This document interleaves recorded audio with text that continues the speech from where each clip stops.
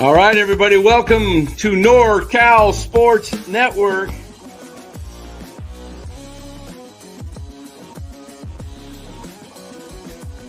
And this is the same hat that Brock Purdy's dad wears.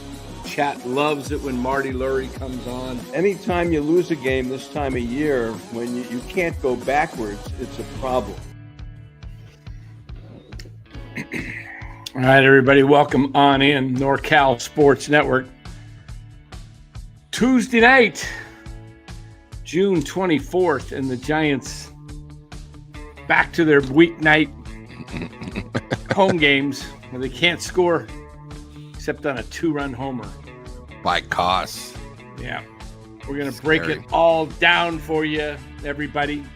First, let us thank our sponsor of the show. You know the drill, Chapman Law Group. Chapman Law Group, located in Marin, licensed in all of California. Give Chapman Law Group a call for all your legal needs. You got a personal injury situation?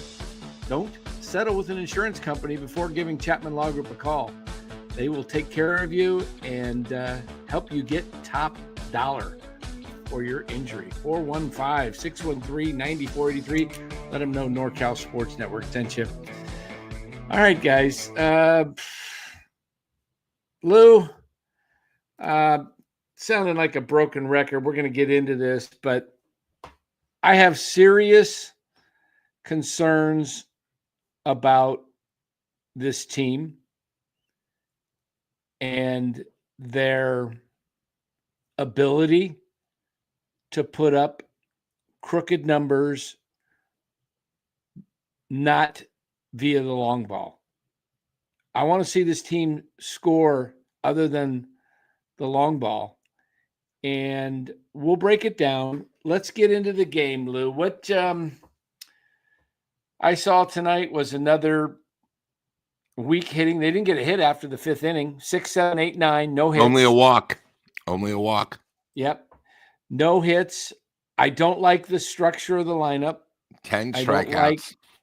I don't like Flores personally in the lineup. When you're facing a right-handed pitcher, I'd rather see Dominic Smith.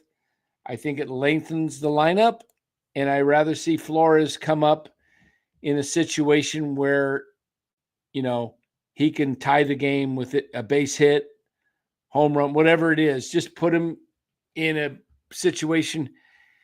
To me, Flores, you know, is he's slow, and the more he plays, the slower he's going to get. That's just what I've seen over him in the last few years. He needs to play a lot. I'm just saying, I think he should be in every game unless there's no situation for him to pinch hit. But to me, I like seeing Dom Smith out there. I think it changes the lineup a little bit, breaks it up, gives it a little bit more balance. Pitching wise, I've got concerns. Well, let's do this.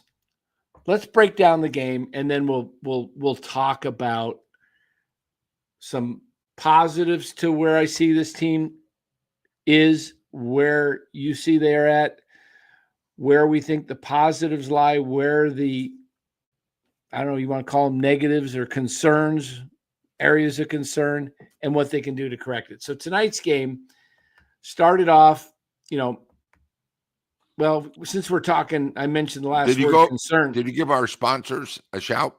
I did. Yep. Okay. Sorry. So since I mentioned concern, the last word I said, one of the big concerns I have is Justin Verlander. I don't think he's fooling anybody. He's a 5-inning pitcher max, and he always is giving up at least 3 runs. He's getting hit hard, and I just don't think he's a long-term answer for this team. He looks like he's throwing a lot of meatballs to me. And if you guys don't know what the term meatball means, it looks like it's looks like meat coming in there ready to pounce on. And his stuff is just he's 42. He look, father time. I mean, Yeah, he doesn't have the 0-2 fastball to strike anybody out. Both of the big hits were, one was 1-2, the other one I believe was 2-2 or 3-2. He doesn't have that 93 mile an hour to put somebody away. He doesn't have the to put somebody away pitch anymore. no. It's one of those things where he gets in a situation, because of his age, it's gotten to the point. And if you watch tonight, it wasn't like, these balls were barely hit. Verlander, he pitches these pitches 1-2, runner scoring position. The batter's on top of it, and he makes solid contact. And it happened twice tonight. He just doesn't have the strikeout pitch, and that's a big problem. And you go fourth or fifth. And the other thing too is we all know Boston was an emotional series, and tonight I think the Giants have showed up. Verlander's pitching. They thought we were going to get a win because Miami's having problems. But I kept saying all weekend, it's so hard when you come off an emotional series. And the other thing is, it's so hard when a team scored. I forgot what did the Giants score yesterday? I mean, on Sunday. What did they score? 11 runs, it seemed like? 10, 11, something like that. Yeah. It's always hard the next time when you play. The Giants don't have a good enough offense to put 2-run games back to back. You get the Monday off, you come back in, you're playing Miami. This is the major league. You have three things going against the Giants. Off an emotional series, Verlander, who still hasn't won a game all season, who can't put anybody away, and then you playing at night. And, all three things against the Giants sort of hurt him tonight. I mean, with a guy who probably shouldn't even be on the team, hits a 2-run homer, and that's all you get. And, I saw some guys in the comments again against Casey. Casey got one of the 5 hits tonight, guys. How can you be up against him? Okay, they got 5 hits. And again, the biggest problem with the Giants when they haven't seen a pitcher, they saw this one before in Miami.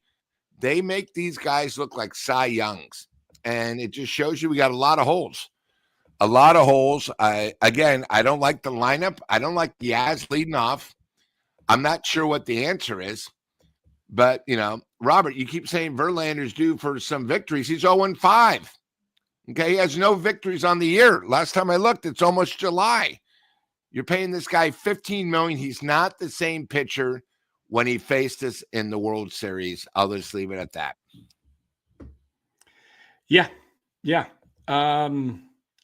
I'm taking a look here at the box score, and let's take a look because the kayak or whatever this guy's name is, the Wackavax. Why are you lying? I'm lying? Yeah, what game are you watching, Wackavac? Wokavac? Woke. I'll just call you Woke. How's that? Woke. What game are you watching? His ERA is 4.52. He's averaging 4.5 runs a game, and he's only going 5 innings. Last year, his ERA was it not over 5 or 6 last year, Lou? God, it was like 6.25 or something. It was bad. Let me look at his and Dan, we were the only team that went after Verlander. I think it's because of reason. Nobody else thought he could become a starter for the Giants. We took a chance, and it's failed. Last year, his ERA in 24 was ERA. Come on, where is it? Oh, last year it was just 5.48. Yeah, just 5.5. So he's woke, dude. He's improved. He's given up a run less. So let's hear it from 5.5 down to 4.5. That's pretty good, Woke. And you're the only fool that thinks that you think you're coming at me.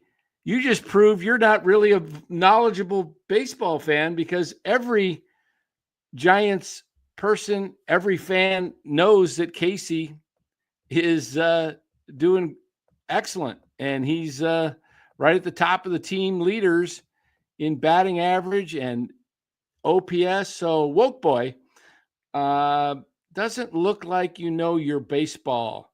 So you say go to Baseball Reference. Why don't you go to another show? Jeez. He's the Giants' leading hitter. I mean, how can you complain about that? Come on. You know, I could take you serious if you had something intelligent to say, but when you're talking to a guy that's Casey Schmidt tonight hit the ball on the nose twice. His first time at bat lined out the left. Next time lined a single in the left field. He's hitting 284, just behind Ramos's 286. His OPS on the season, Casey Schmidt OPS is, I'll give it to you in just 1 second, 817, over 800. All right. So I think he should go down to AAA for that. I'm done with the team. You don't sound like you really, you sound like a guy that goes back and forth. Anyway, yeah,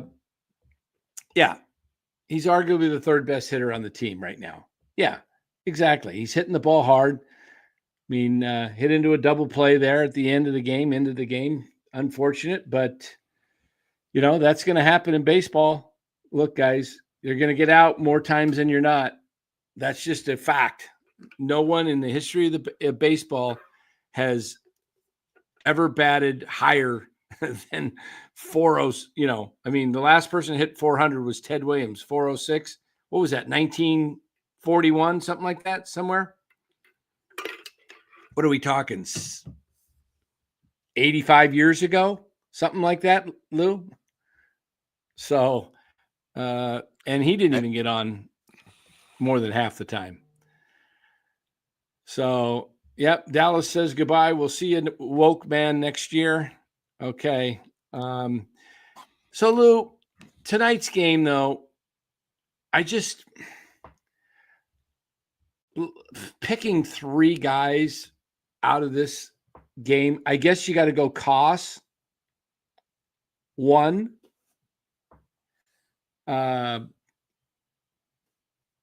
Maybe Bivens. He got out of a jam. 2, and Jelly had a clean inning. 3. Those are your 3 players of the game that I see. I don't see anyone else that did anything noteworthy. Schmidt and Koss were the guys that scored the runs. Devers hasn't got going yet. I don't know. Who's your 3 guys, Lou? Well, the one thing is I can't really say they haven't seen Quantrell because they saw him in Miami. And, I think one of the things we don't talk about is when you see a pitcher once on the road, you know what to expect. But tonight's game, the Giants were sort of like lost at the plate. And, I think it all really goes to, and we've talked about this, especially, on Sunday night on the Hot Corner. I don't think these guys know where they're going to bat every time they appear. Again, a different lineup. We have problems where, we don't talk about when the Giants scored 10 runs. Like Sunday was a great game. But if it only happens once every couple months instead of every couple weeks, it's a big difference. I mean, Flores again. Strikeout, can't get a hit. Lee got 1 hit. Okay. Adames, again, 2 more strikeouts. We keep talking about this over and over and over again. Koss, I don't think the Giants have hit a homer out of the 9th position all year. When you get that, you think you should at least score 4 or 5 runs. They didn't. They only scored 2. I think, Dan, you bring up a great point. Oracle Park at night, the Giants just struggle. And the other thing, too, is I never thought once they got down, the Giants were ever going to win. I never did. And, didn't feel like it tonight. Didn't feel like and, it. Verlander, tell you the truth, was never in control. And one of the things I heard on the radio and TV, Miami might be 13 games under, but they went the opposite way to do whatever it took to get on base. The Giants don't. We have a problem with our lineup where we all think we can hit homers and we can pull every single ball, and we can't. Miami's not that good. Hey, I agree, 13 under, but they went the opposite way. They're doing whatever it takes to win. The Giants are not that good where they just show up that they're going to win, and I think Verlander, to tell you the truth, Buster picked him up, has been a disaster. I can't remember the last time actually with Verlander pitching, probably the last 4 or 5 starts where they've had a lead. It always seems like when he pitches, he gives up one sort of gopher ball and he's down and the Giants just can't get over it. It's just frustrating. We'll talk about this. The one thing about the Giants, and Dan has been saying this for the last 3 weeks, we need a starter. When Webb comes in, you feel confident the Giants are going to win. All right, that's one. When Ray comes in, you feel confident the Giants are going to win. When Verlander comes in, you're not confident. Birdsong, Roop, I'm worried about the curveball, and the thing is we need pitchers that are going to come in, shut down innings, and you believe they're going to win. And I think, Dan, you're completely right, especially on games like this. The Giants have 2 consistent starters that we know will be there through September. And I think you're perfectly right where, hey, we're going to need another starter, and we just need a guy that can make contact. I mean, this is another game where the Giants went 0 for 4 in runners in scoring position, and not even only 0 for 4. We only got 5 hits, guys. We're at home. This is our home ballpark. We're going against a team who's dead last in their division, and we can only get 5 hits. That's a problem. Yeah, I'm going to be looking at some things when it comes to pitchers, what the Giants need to do to go out and secure a pitcher. The problem is that the Giants don't have a lot to give up. All right. So here's let me get to this super I chat agree. first. DL Media says, I'm so tired of the whole play to the opposing team mentality. I've seen them fight hard, and it always seems that whenever they play these teams below 500, they look like the Rockies. Yeah. Well, thanks for your comment. And I do think this team, if you don't think the ball plays differently at Oracle during the weeknights, how about that ball that Jesus Sanchez crushed off the top of the wall in right center that looked like it was gone for sure? Yaz played it perfectly, but then he dropped the ball. But he knew that was probably going to hit the top of the wall. He played it perfectly. Look, it's hard to get the ball to fly out of the, especially to right center field. So, left field doesn't seem to be a problem. The ball seems to do okay.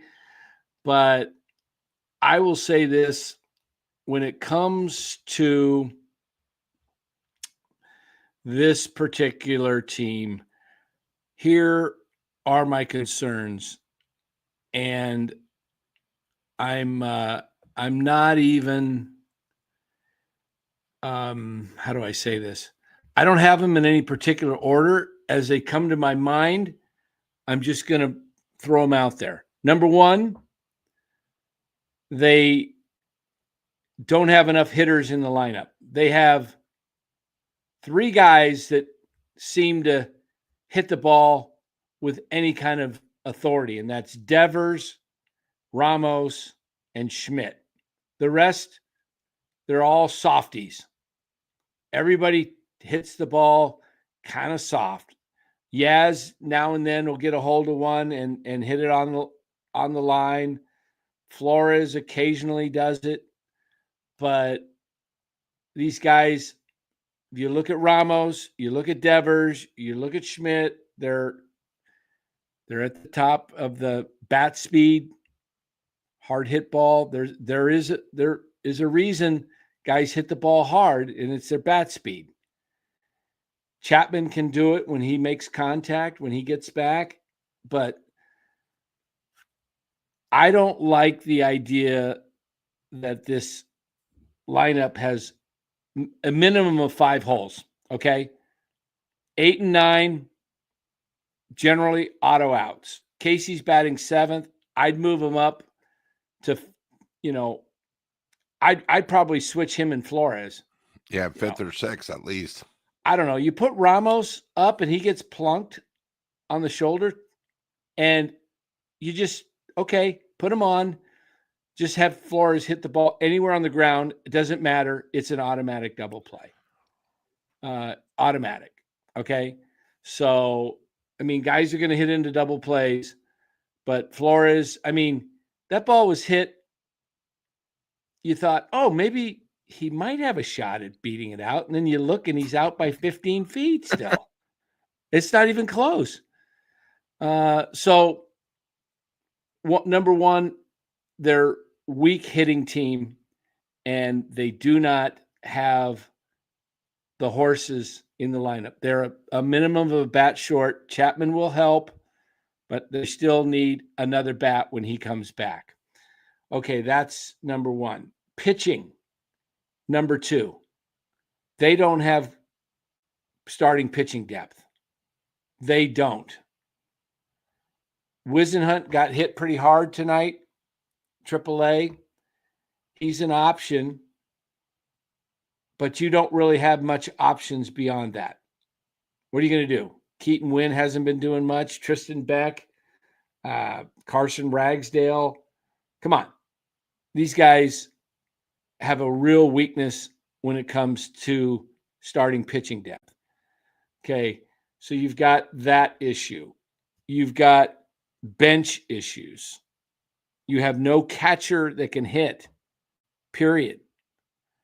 The play tonight, Devers, even if he was safe, I think they would have appealed. He missed third base. I don't know if you guys noticed that on the. I clearly noticed that he didn't even. And I don't know what Matt Williams was thinking sending him.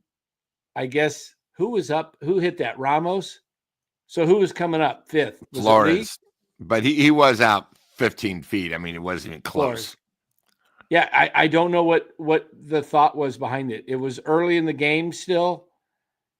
What is that, like the 5th inning, something like that? Yeah, 4th or 5th, yeah. 5th, 6th, I don't know. That, to me. But it wasn't even close. Yeah. It wasn't like, it was a slide. And he was, yeah. I don't even know if he even slid. He was so far out. No, he didn't slide. There was no use to slide. Okay. So what the Giants are going to need to do, though, is go out and find a starting pitcher. And as I look at the list out there that's might be available, there's Luis Castillo of the Mariners, Zach Gallen. You might be able to get him from Arizona. Depends on what Texas does. Maybe a Nathan Eovaldi type guy. I'm looking at teams that might fall out of this, the race. I'm just looking down the list here of teams that might have a starter. Kikuchi with Anaheim. Maybe he's a lefty, I believe. You might be able to do something there. Sandy Alcantara with Miami. There's a possibility there. You know, they're going to have to find another pitcher. I think they need two, Lou, personally. So that would be the area that if I'm the Giants, I'm scrolling the starting pitching and I'm looking for a contact hitter. Dickie Lovelady. Yeah, I heard that with the Mets. I was watching the Mets and the Braves game. Braves. Dickie, what a name. The guy's name is Richard Lovelady, and he goes by Dickie. Dickie Lovelady. Hey. Yeah, Dan, the other thing too is, I don't know if you've seen, ladies. How's that, huh? And I know we'll see it later, is other teams in the National League are getting hot. Okay. You know, I'm just saying the Giants are 4-6. The Mets are 1-9. But if you take the Mets out of it, Milwaukee, who's playing great, is 7-3. Cardinals, 8-2. Reds, 7-3. Arizona, 6-3. Braves, 7-3. Look out for the Braves. Yeah. And, you know, the Braves are, you know, they lost their starting pitching, but their offense is so good. And they're killing the Mets. I think they've beaten them, you know, 5 or 6 straight. Yep. The problem with the Giants is their flaws are coming out against. I think the problem with the Giants is they play against teams to their level. So, like, if the Dodgers are here, they're fired up. They'll probably maybe make 2 out of 3. They'll never get swept at home. But when they play teams like Miami, you got to show up. You know, you got to be able to hit. You know, these other teams, you know, they come into Oracle Park, and the problem is the Giants realize it's a night game. And right there, the opposing team sort of has an advantage, you know, because they're not hitting in the clutch. You know, it's like, I mean, I noticed again, the Dodgers played tonight against Colorado. Yep. San Diego just played against Colorado. You know, we when we played Colorado, we got taken 2 out of 3. We won 2 out of 3, 2 out of 3. Other teams are going in there and sweeping. And it's gotten to the point now where, you know, I'm a little bit worried about the Giants because, as I've been saying on the chat, until July 13th, we're playing against teams with good pitching. And when you're a team that's not hitting consistently, and tonight we got a homer from probably our worst player in our lineup, and we still only scored 2. And if you take his hit away, we only scored 4 hits on the whole game. You know, and it's just one of those things against a pitcher with an ERA of 5.62, who we already have seen. So, you know, it's scary. You know, tomorrow, again, we're going against a pitcher, another solid pitcher. The Giants, you know, if you take out Sunday's game, I still can't remember where they put in 3 straight hits together. Other teams are doing that, you know, and it's just gotten to the point now where I'm starting to really worry because the Giants are so happy where they're at, but they need to do more. I mean, it's pretty easy. Let's see what Mark says. Yeah, he says a lot of guys in the chat don't know crap. They want to DFA or trade players day to day. Yeah, you can't go day to day, guys. You got to just let guys play it out, give them time, and let them work things out. But Justin says, does San Francisco actually have talent to trade for a big name like Sale, Alcantara, Castillo, DeGrom, Evaldi? I don't see it. Maybe Miles, Michaelis, or Eric Fetty. You got to give up somebody on the. Yeah. All right. Here's the thing, guys. The Giants really don't have a lot of talent. They were lucky to get Devers. They probably would have lost out on if it wasn't for them eating the entire contract. Yep. I'll bet you other teams had better packages. The Giants do not have. Look, guys, this team is playing inspired baseball. They're a cohesive team. There's some positives to this team, but I'm telling you, they may fall short. It depends on what moves they make. I want to show you a little bit of the standings. The one thing you have that is positive in the standings is that all the other teams below them and right near them have flaws too. There's no perfect team. So it's not like Milwaukee has all the answers and St. Louis and San Diego, Cincinnati, and Arizona. Arizona's got so many injuries. It's incredible. I mean, they just lost Corbin Carroll now to the IL. Yep. Atlanta has been struggling. They've lost a lot of their pitching, but their hitters are really good, even though Michael Harris is having a horrible year. They're only 6 out. They're 4 under 500. They're in this thing.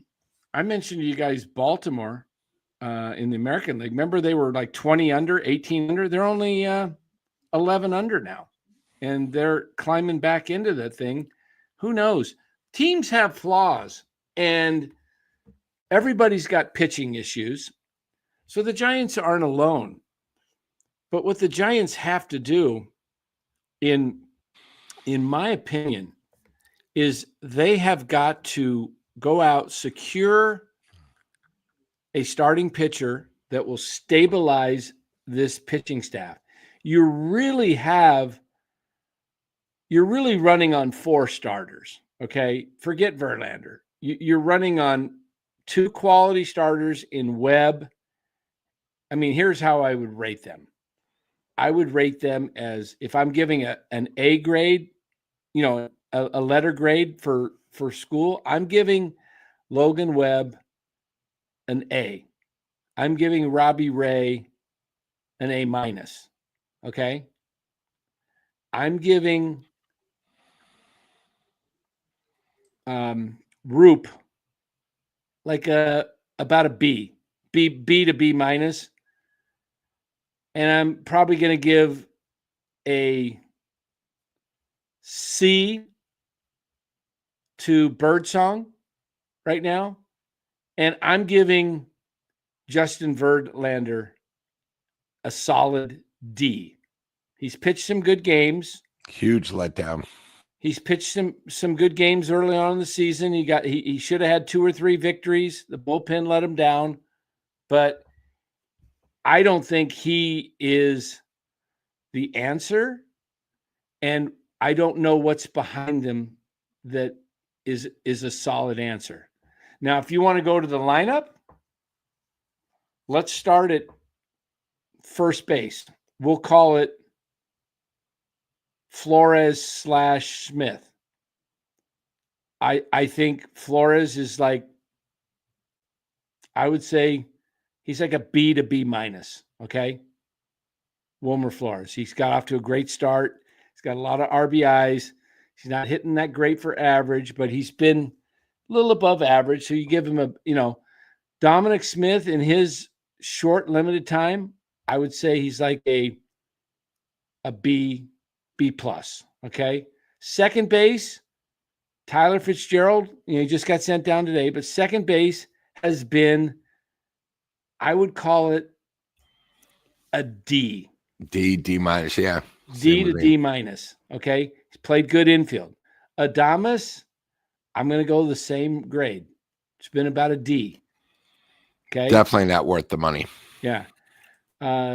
Matt Chapman, while he was in there playing, I would give him like about a B minus. Okay. Casey Schmidt playing third in his limited time, I would give him like a B to B plus, right in there. Left field, Ramos, he's been a solid B plus player. Jung-Hoo Lee, he's a C. I mean, he's the definition of a C. Perfect C. He's like good outfielder, just been mid as a hitter. Yaz, I'll give him a C plus in right field. So, and the bullpen, if I take the bullpen as a whole, it's an A. I'm not going to, individually, we can go through it, but individually, I mean, as a whole, the bullpen has been really good. They lead the league in ERA. They've done a really good job. So I would give the bullpen an A. That's the strength of the team so far. We're really kind of at the first. I mean, Thursday, I think, is the first half, into the first half. So we're giving you a little 2 games before. So I don't know. Where do you see it? chat, where am I off in my grading? Did I miss anything? I'm trying to be fair and give, I didn't pass out any F's to anybody, but where do you see, Lou, in where would you grade these guys?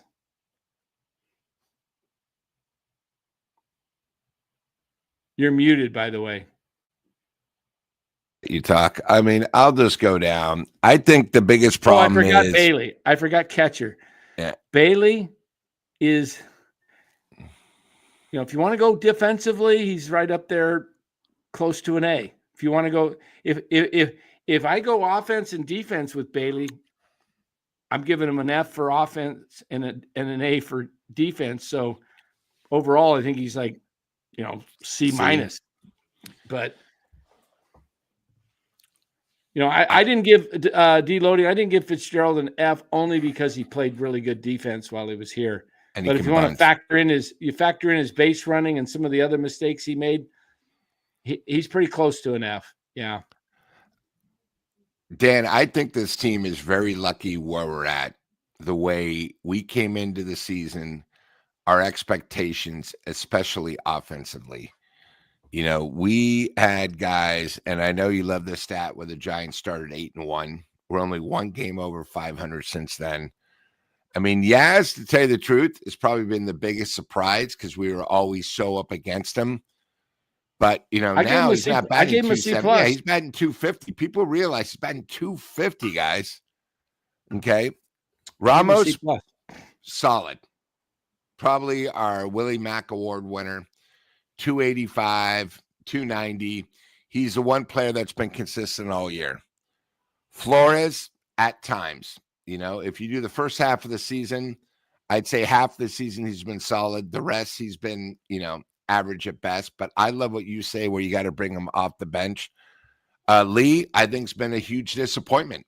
I think Lee's been a disaster. At one time we were talking, oh my God, the guy, it seemed like the other day he was batting 310. The guy's batting 250. And I think from the hot corner the other night, he's like 4 for his last 49. Okay. That's not a consistent player, not a player that we're paying $20 million for. He's got a lot of flaws. Adames, if you guys have been focusing on NorCal Sports Network, Dan brought up a great point. Last year, his contract year, everything went right.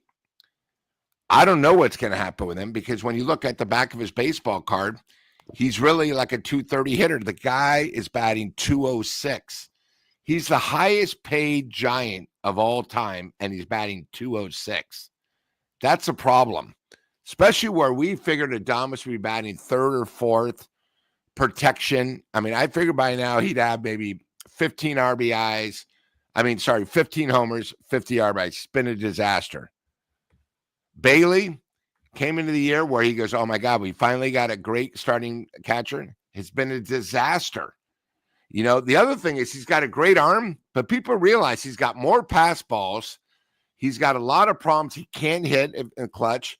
And then second base with Fitzgerald and all that have been a disaster. So I think this team coming in on a scale 1 to 10, we've probably been a 5.5, 6 overall. If we didn't have Casey Schmidt to basically turn it around the last couple of weeks, we probably wouldn't be 500. I think this team's very lucky where we're at. I think we're depending so much on pitching, and it sort of reminds me of 2010 and 12. These pitchers come when they pitch, they think they got to pitch a shutout or we're not going to win. And when you come into expectations like that, we're not going to be 500 again. We need somebody who we're looking at right now to get hot and step up for the team. Because, hey, guys, Casey stepped up the last 2 weeks. We can't expect that to be for the next month. Somebody else has to step up. Yeah, he's not going to hit 415. No. And he's, I do think that he is a guy that can, as I've said, I believe an everyday player like Casey is going to hit you 265 plus. Yeah. He's going to get you 20 to 25 homers, 85 plus RBIs, and he's probably going to give you an OPS of 750 plus. And I'm being, pretty conservative with those numbers. I do see a guy that has a lot better play discipline.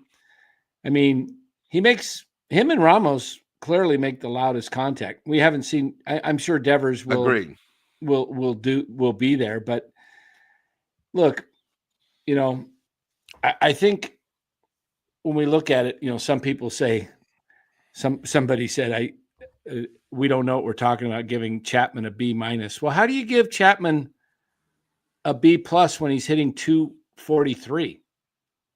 I mean, do we?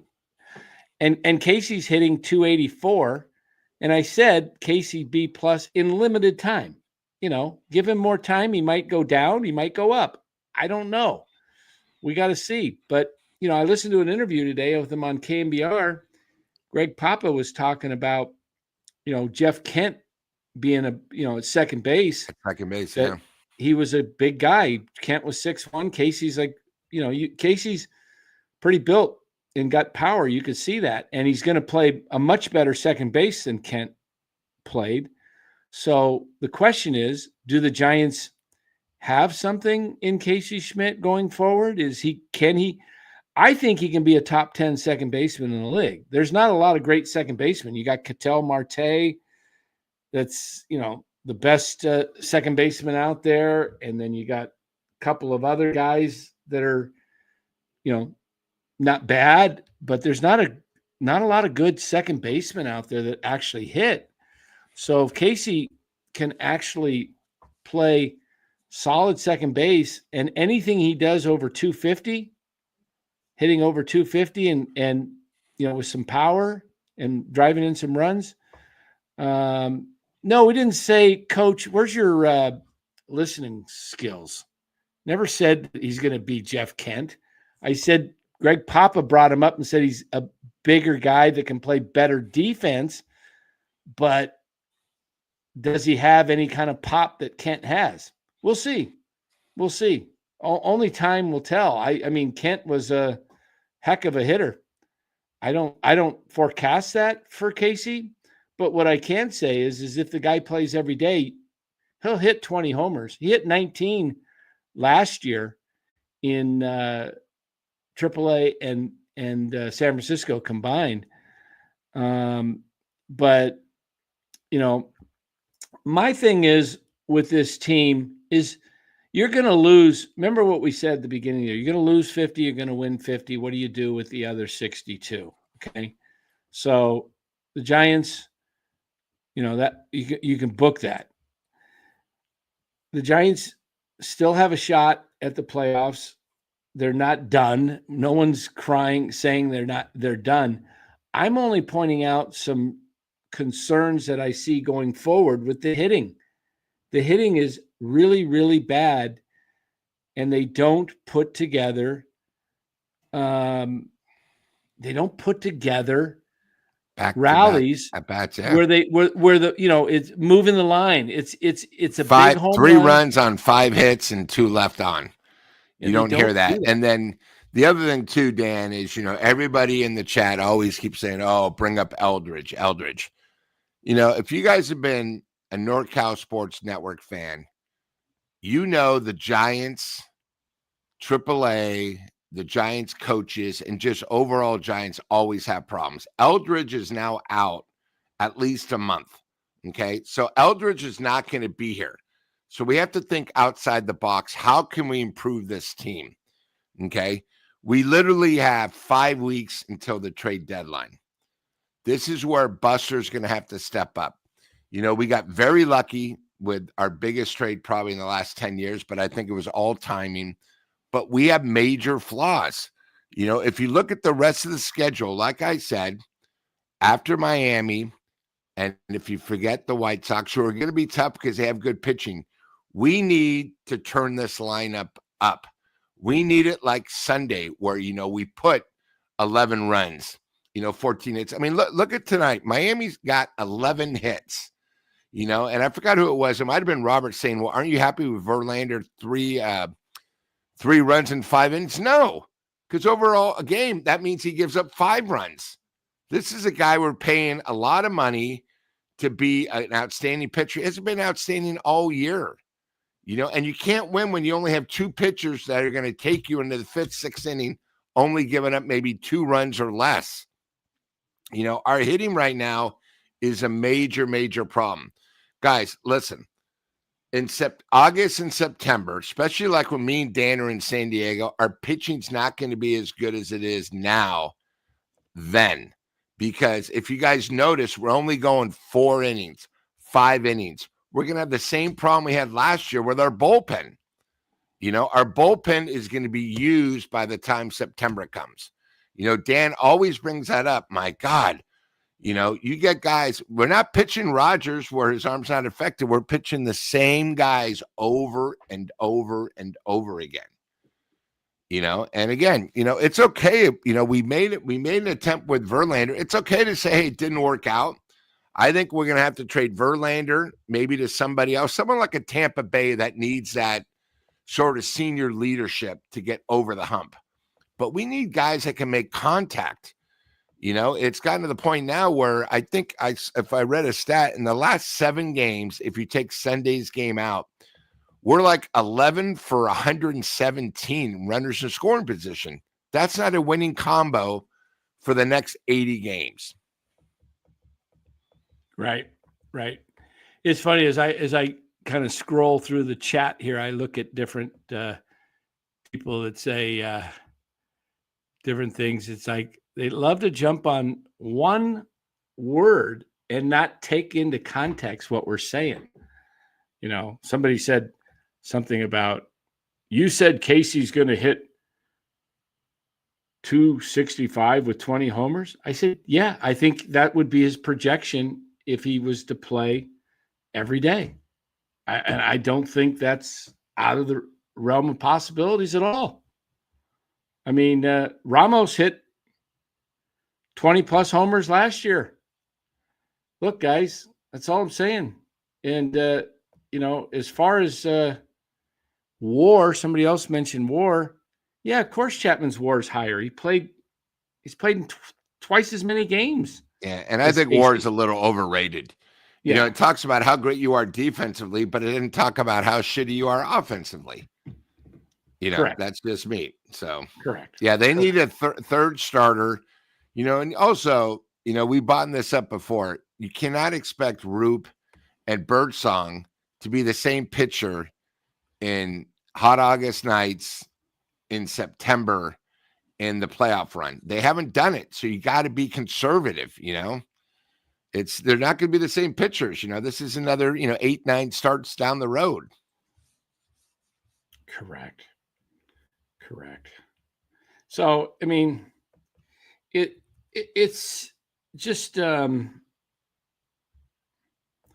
it always cracks me up a little bit when we look at different numbers. Yeah. And what's amazing is the chats every night are different than the previous night. It's just, hey, you guys are all baseball fans. We're baseball fans. But I think one of the things about me and Dan is we've seen baseball for so long. It's not like we just started this podcast, 3 weeks ago and we're learning the sport. We've been doing it a couple of years. We know how the Giants work. This year, what's great is we don't have Farhan. We have Buster.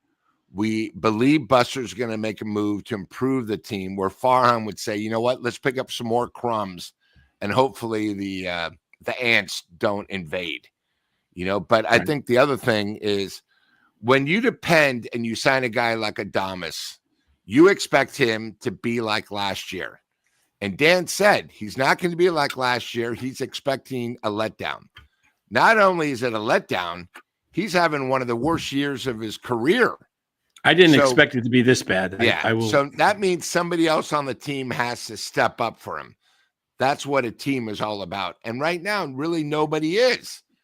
I was pretty confident, Lou, that it wouldn't be anything close as far as production last year, but I didn't expect it to be like, fall off the face of the earth. Yeah. And you have Chapman out. You weren't expecting that. We just need someone beside Casey to step up and say, oh my God. So really, when you look at it, you have Adames, probably your top three guys when you look at it. Beginning of the year, Lee, he's been really bad. He's been below average. Chapman on the DL, about average, but maybe below average. And Adames has been way below average. When you have three guys that you're really counting on, and they're really not having great years at all, this is what you get. That's why I keep saying I can't believe we're actually have this good a world. You know, we're 9 games over somehow, but it's not going to last until these guys step up and other people step up, because the schedule is only going to get tougher. Yeah, exactly. Hey, I want to. And Dan, can you believe it was 8 days ago we were tied with the Dodgers, and now we're 4.5 back, and it seems like we were playing well, but what can you do? Yeah, I've got a couple of little stats that I want to put together here and show you, and let's just take a look at some of the stats here. Okay, the tale of two players there. Can you see that, Lou? Yes, I can. All right. We see the one on the right's 2.9 WAR to 1. Almost exactly twice as many games, more than twice as many plate appearances, but only 30 more hits. 2/3 Casey more on the homers. left, Schmidt on the right. No, Casey on the left. Yeah, RBI. Casey on the left, and then probably Schmidt on the right. Is sort of my guess. I mean, no, it can't be both. Casey on the left, not Schmidt on the right. You said right. you meant Chapman, I think. Yeah, Chapman. Yeah. All right. Look at the batting average. Look at the on base percentage, the slugging, the OPS, the OPS plus. There you go. All right. Limited at bats.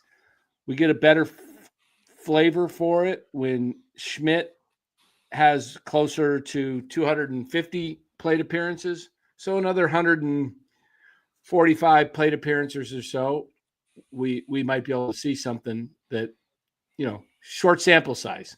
But let's take a look at someone else here, 2 other players that actually have a little bit better of a sample size. How do you like that right there? All right. So on the left, they both played 75. I'd say on the left is Yaz, and on the right might be Adames. Yeah, on the right is Adames, and on the left is Jung-Hoo Lee. Jung-Hoo Lee. That tells you how bad Adames's production is. Look at the RBIs. Lee has more. And we're criticizing how bad Lee is this season, and Adames shows you how much worse he is. His OPS plus is below average, 100 being average. It's at 84. I don't know how. I guess Jung-Hoo Lee had such a hot start in April and early May that he was still hitting, that those numbers are still holding, where his OPS is 725. But my goodness, it doesn't feel that way when you're watching it with the eye test. So I'm more of an eye test guy than a stats guy. I mean, I can look at stats and I can pull up stats that tells you, I think stat head's a little bit better when you look at hard hit ball rate, chase rate, your K rate. Are you barreling up the ball? Though, because if you're barreling up the ball and it's just finding gloves, that's just, your bad luck. Eventually things are going to turn around. So I just think this team has some really, really major flaws in huge holes in its stuff hitting. that we talked about to begin the season. We still got the problem. Runners are scoring position. I also don't like the way the lineup is set up. Too many flaws. You have a guy hitting bad, but then some guys batting second gets hits, but guy third, fourth can't get a hit. 8-9 situation. I think, Dan, you bring up a good point. I'd say in the last month, everybody in the chat kept saying, oh, well, this. It's about you got to go 100 at bats. I just saw Lee's stat, but I think Lee in June, if I've ever heard of a swoon, is like batting like 130, 140, I'm saying maybe. Yeah, he got the hit tonight. He's lucky that it hit the pitcher's foot, because it probably would have, the shortstop. But I mean, he's batting 140, and this is a guy that we were hoping would be leading off batting 280, 290.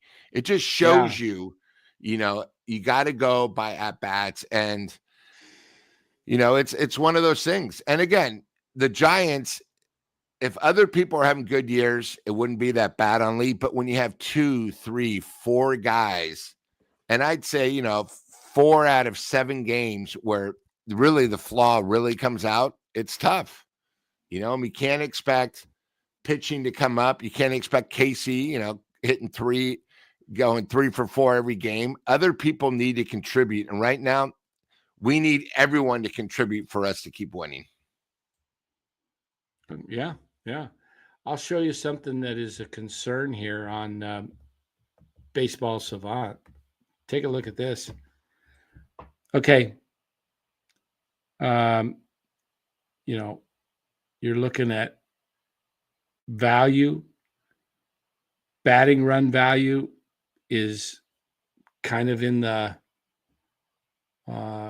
average range. Base running value 95, fielding run 81. This is Jung-Hoo Lee, by the way. Look at his bat speed. It's at the bottom. His hard hit ball percentage is at the bottom. His barrel rate percentage. And Dan, you want red all the way across, right? Yes. You don't want red. Blue. Okay. Yeah, you want a lot of red.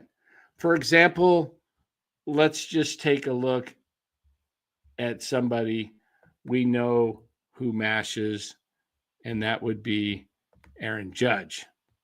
Okay. There's Aaron Judge. He's only, his K rate, whiff percentage down, and then squared up percentage. Yeah. But I don't know how that, if you look at, but this is an area of concern.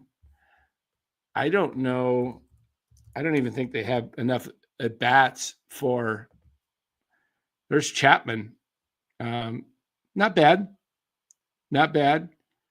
You look at his where's his bat speed? See his bat speed? It's up there. Pretty good. That's why Chapman, when he connects with the ball, he usually hits it pretty hard.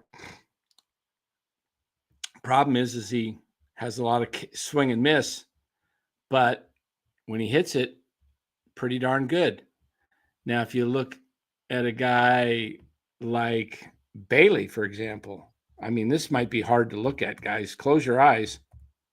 I'm not responsible for any blindness. Oh my gosh. Look at that. There's not any red in his hitting game.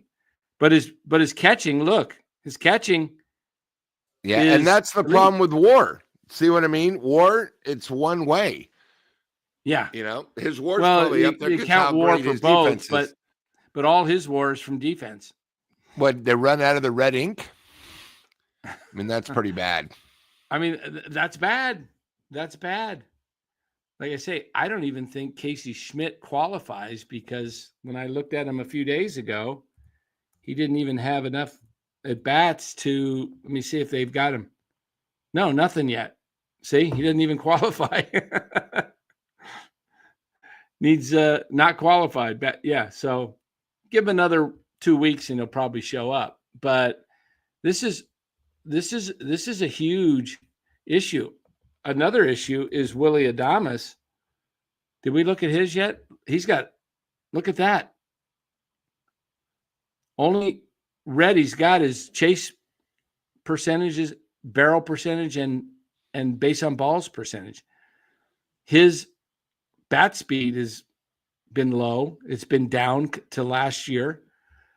Those are things that ball clubs are looking for when they're looking at bat speed. When you see a guy's bat speed go down. That's concerning. So, Dan, I have a question, and I'll talk on behalf of the chat. Whose fault is that? Is that the hitting coach? Is it the players? Is it just, hey, maybe we have guys that aren't as good as we thought they are? Has pitching just dominating us because pitching's better and maybe our players just aren't of that stature? I mean, what do you think is the difference, and what can we do to improve it besides just bringing better players in? Yeah, I think it's a question of just getting better players. I mean, everybody wants a scapegoat, and you can look at Pat Burrell and say he's the problem, but I don't know. I mean, it's not affecting Ramos. It's not going to affect Devers. It's hard to say. I think it's athleticism, a lot of it, just pure bat speed. Guys that have, better bat speed, that barrel up the ball and make loud contact. Giants are one of the softest hitting teams that I can remember. Yeah. And I agree. I mean, Lee's got like his own address, 971-028 straight to second base. It's like every time, it's one of those top ground balls. It's tough. And again, we want the Giants to win because it makes our show better, but it's tough to watch. Like tonight was a tough game to watch. It didn't look like we were going against a team 13 games under 500. A pitcher, sometimes these pitchers make us look like we're going against Cy Young. We were never in control. It was just here's tough. What I would do with the lineup when Chapman comes back. And I would just you don't have a leadoff hitter. You just don't. Yep. And I don't know what the issue or the problem is, but I think I would go with a lineup that looks similar to this. I would go Lee for now when he comes back. Just get him going. I would put Matt Chapman second. And here's why I would put Chapman second. I want Chapman seeing good pitches. And if I got Rafael Devers behind him, I'm not going to pitch around Matt Chapman, when he bats fourth, because nobody's really behind Chapman when he bats fourth. So I got to put somebody behind him, and I go, my lineup looks like this: Lee, Chapman, Devers, Ramos 4, and then I'm going Yaz 5, Casey 6, Adames 7th. What position am I missing? Second and catcher. No, DH. Oh, DH. Yeah, I forgot about DH. Okay, Devers I would be DH, right? I got. Well, if batting second, depends on where Flores is. I guess. Okay. I maybe I put Flores around after Casey. I got Adames down there. Maybe Adames hitting so bad. Maybe we should put him like at 8 or 9. Yeah, Bailey's got I don't want. I might have to put Adames 9 just because I don't want Bailey batting 9th because the 8th player is just going to get pitched around. It's like the pitcher, like when the pitchers used to hit. Yeah, Bailey's like the pitcher. So if your 8th place hitter is not going to see anything good to hit. Yeah, and who was that used to? Was that La Russa that used to bat the pitcher 8th, saying, "Hey, it's almost an automatic out, and if the 9th guy can go, then it's like having 2 leadoff guys." Right? Yeah, it is. Yeah. And this is exactly why I said batting Chapman second. I've looked at his batting statistics. He bats best in the 2nd hole and the 7th hole in his career. When you look at his spots in the batting order, he bats better at second anywhere in the lineup, 2nd and 7th. So I think you get Chapman coming up, Devers behind him. I think Chapman gets better pitch selection because also Chapman can take a walk. He's pretty good at taking a walk.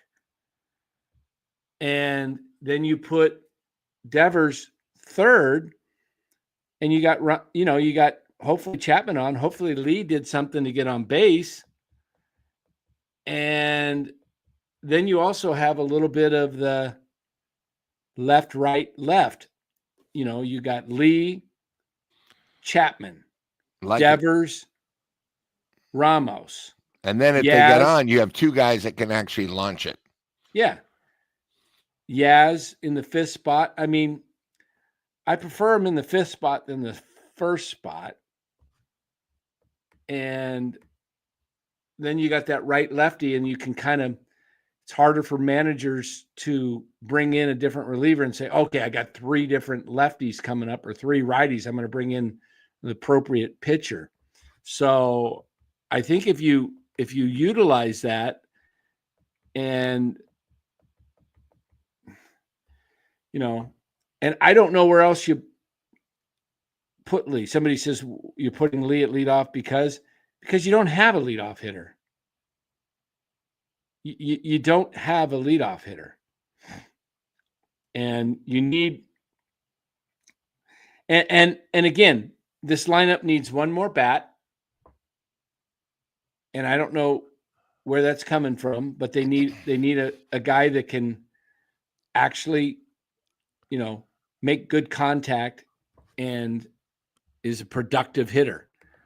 So if they can find that, then you have a much better chance of, stretching the lineup out. I think we haven't seen them whole because,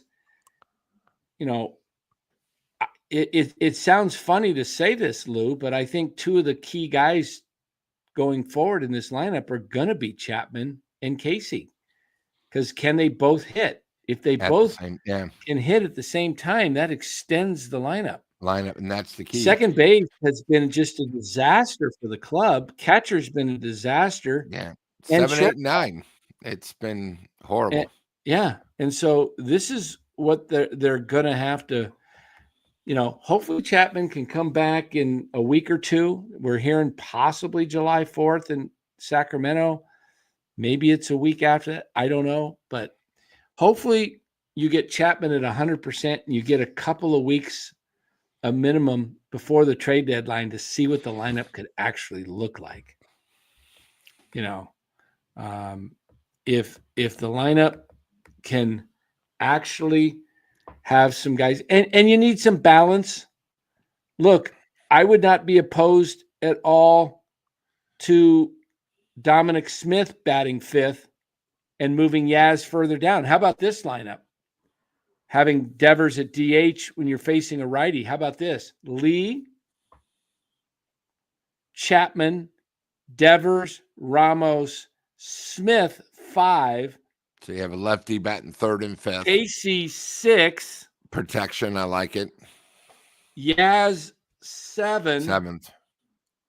And then 8th would be Adames, 9 would be Bailey. And you got the left, right the whole way through. And Flores is where I think he's best for this team, is off the bench. Wait for the right situation, 7th inning, 8th inning, whatever you're mapping it out. Where are we going to, wherever Bailey's coming up in that last 3 innings, right? Yeah. He's going to be pinch hit for. And the other thing tomorrow, Dan, is and then tomorrow, we have Webb, which usually is a guaranteed win day, but we're going against a pitcher that, gave up 1 hit, 7 innings last start. Second start off the DL. The Giants haven't seen him. That's the other thing is, the Giants, for some reason, when they go against guys they've never seen, they all struggle the first 2 times around. So, again, we're going to need Webb to pitch like an ace. And I don't want to lose tomorrow, and then we're worried about being swept before we go on the road after everything that we've been through. We can't have that. Yeah. I think the Giants win the next two here. Everything's forgotten about tonight. Yep. You're going to lose games. Just win series. You're the better team. Put this one behind you. You got a game tomorrow night. It's not like football. You got a whole week to sit on it. Think about that's what baseball's so great. So the Giants, you got beat. You didn't hit well. Come out tomorrow and put it on them, and then do the same thing Thursday afternoon. Win the series. All's well. You go on the road trip to Chicago. You're 11 over 500. And I think that's the recipe. You're going to, ideally, of course, you want to win the first game of a series. It gives you a much better chance to win a series, especially at home. But you know what? You're the better team. Just go out and play well tomorrow. Who's pitching tomorrow? Is it Webb? You're muted, Lou. You're muted. Lou, you're muted. Yes, I got it. Sorry. Yes, it is Webb. Okay. So, yeah. So tomorrow you got your ace. You got one of the top 3 pitchers right now in the National League. He's showing he's Cy Young worthy right now. Go out and put a dagger in him. Okay. That's what Webb's job is. And get a lead. He's the perfect guy you want going in after a rough loss where you didn't produce. Give you a good feeling. Go out there, jump on him, and Webb goes 7, maybe 8 innings again. He's going to go hopefully 7. He's right there at the league leaders going 7 innings along with Schwellenbach. And you end up winning tomorrow. Then you got your getaway day and you win. And everything feels better. Look, we're not saying everything, the sky's falling. I'm just pointing out red flags, guys. That's all I'm saying. I see red flags that this team has a problem scoring runs, especially at home during night games. Day games, for whatever reason, the ball seems to carry and they're able to put up some runs. But weeknight games, I don't know what it is. I don't know if it's just there's a lack of crowd. I mean, there's only, whenever I see a weeknight game, I see 20,000. If that. Yeah. I see anywhere from 16 to 20,000 in the stadium. And then when I watch a weekend game, I see it packed. I see, 38 to 41,000. SRO, yeah. I think that energizes it sure does energize me watching it. So, Webb's going to have to come out, Robert Brown, tomorrow. He's not automatic because of this lineup. Webb's going to have to come out tomorrow and pitch 7 innings and hold them to 1 run. That's pretty much what Webb has to do, because I don't know if this team can score much more than a run. So, yeah, it's unbelievable how they say 30,000. There was no 30,000. You see the upper deck; it was like, and just all the club around level the down the line was empty. Yeah, empty. I mean, come on. There's like 3,000 to 5,000 on each side of the club level that's empty, and then you got another 10,000 on top on the that's upper empty. deck. Yeah, it's like come on. There's not 30,000. The place holds 40. So we'll see. We'll see how this goes. But I think tomorrow, I feel good. They got Logan Webb on the mound. He gets out there, shuts him down, and this is an opportunity right now where the Giants have a chance. They've got their next 8 ball games. I would say 6 are winnable. 6-2.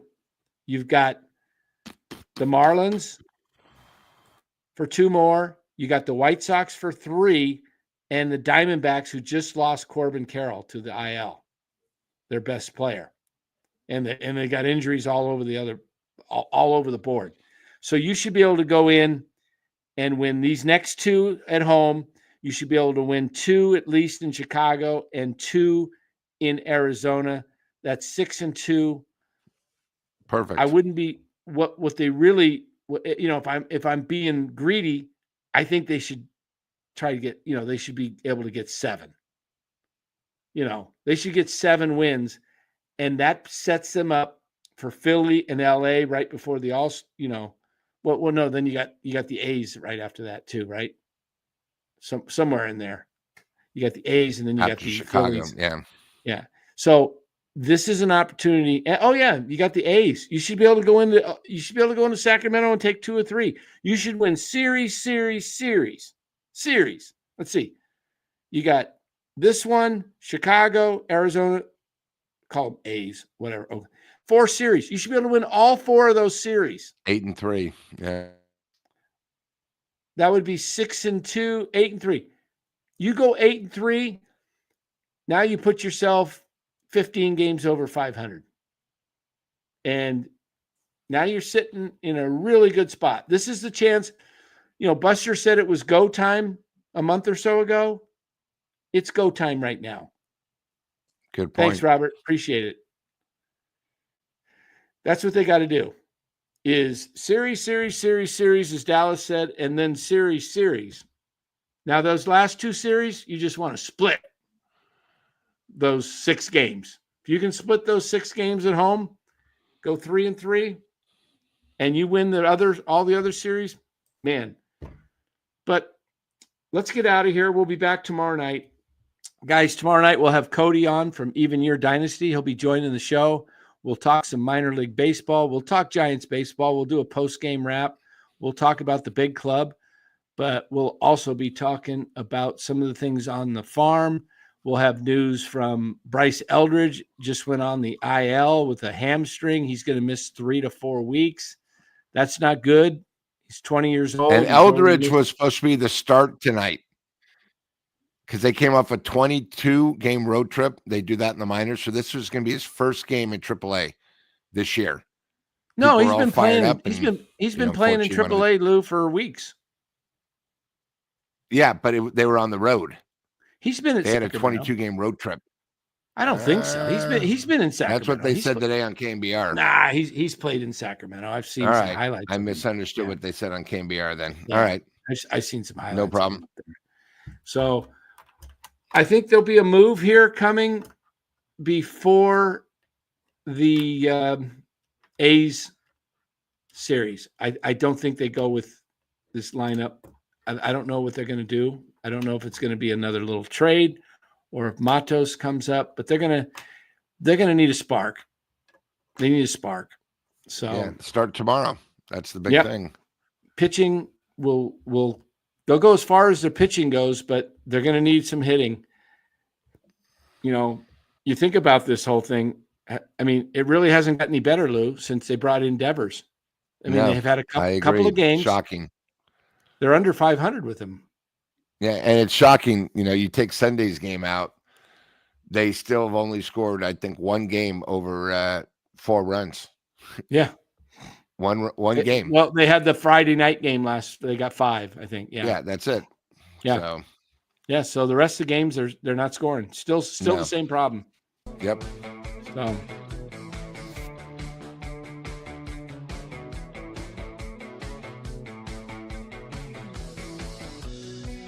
that's my take, Dallas. I think what the Giants should do right now, no one's asking me, of course, on the Giants, but I would put Matos in right field and give him the everyday job until the All-Star break. And I would let Yaz and Lee alternate in center field. And you could say, well, you could put Matos and leave Yaz in right. I'd rather just put Yaz out there in center so Matos can actually just focus on right field. Don't put him in center, then put him in right. Put him in right field. Give him every day at bats till the All-Star break. and play Yaz. And if You got Yaz nothing keeps to hitting, lose. if Yaz keeps hitting, let Yaz play. If he struggles, rotate him with Lee and watch those and see if we can get something out of that. And then Matos gets a run. You do two things you accomplish there. One, you find out if you maybe found your Elliot Ramos. Maybe you found a everyday player in your farm system. And you might also have increased his trade value. Can't get any lower, that's for sure. It's not going. So that's what I would do. Why not? Yeah. All right, guys. We will see you guys tomorrow night. Take care, everybody. Thanks.